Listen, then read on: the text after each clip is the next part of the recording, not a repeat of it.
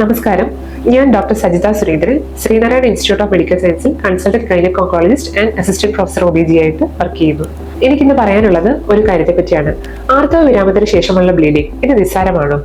തീർച്ചയായും അല്ല. എന്തെന്നാൽ ആർത്തവ വിരാമത്തിന് ശേഷമുള്ള പ്രായത്തിലാണ് ഗർഭാശയ ക്യാൻസറിനും ഗർഭാശയ മുഖ ക്യാൻസറിനുമുള്ള സാധ്യത കൂടുതൽ. അതിനാൽ ആർത്തവത്തിന് ശേഷം ബ്ലീഡിംഗ് ഉണ്ടായാലും നിങ്ങൾ തീർച്ചയായും ഒരു ഗൈനക്കോളജിസ്റ്റിനെ കണ്ട് ബയോപ്സി ചെയ്ത് ഈ പറഞ്ഞ ക്യാൻസറുകൾ ഇല്ലാന്ന് ഉറപ്പിക്കേണ്ടതാണ്.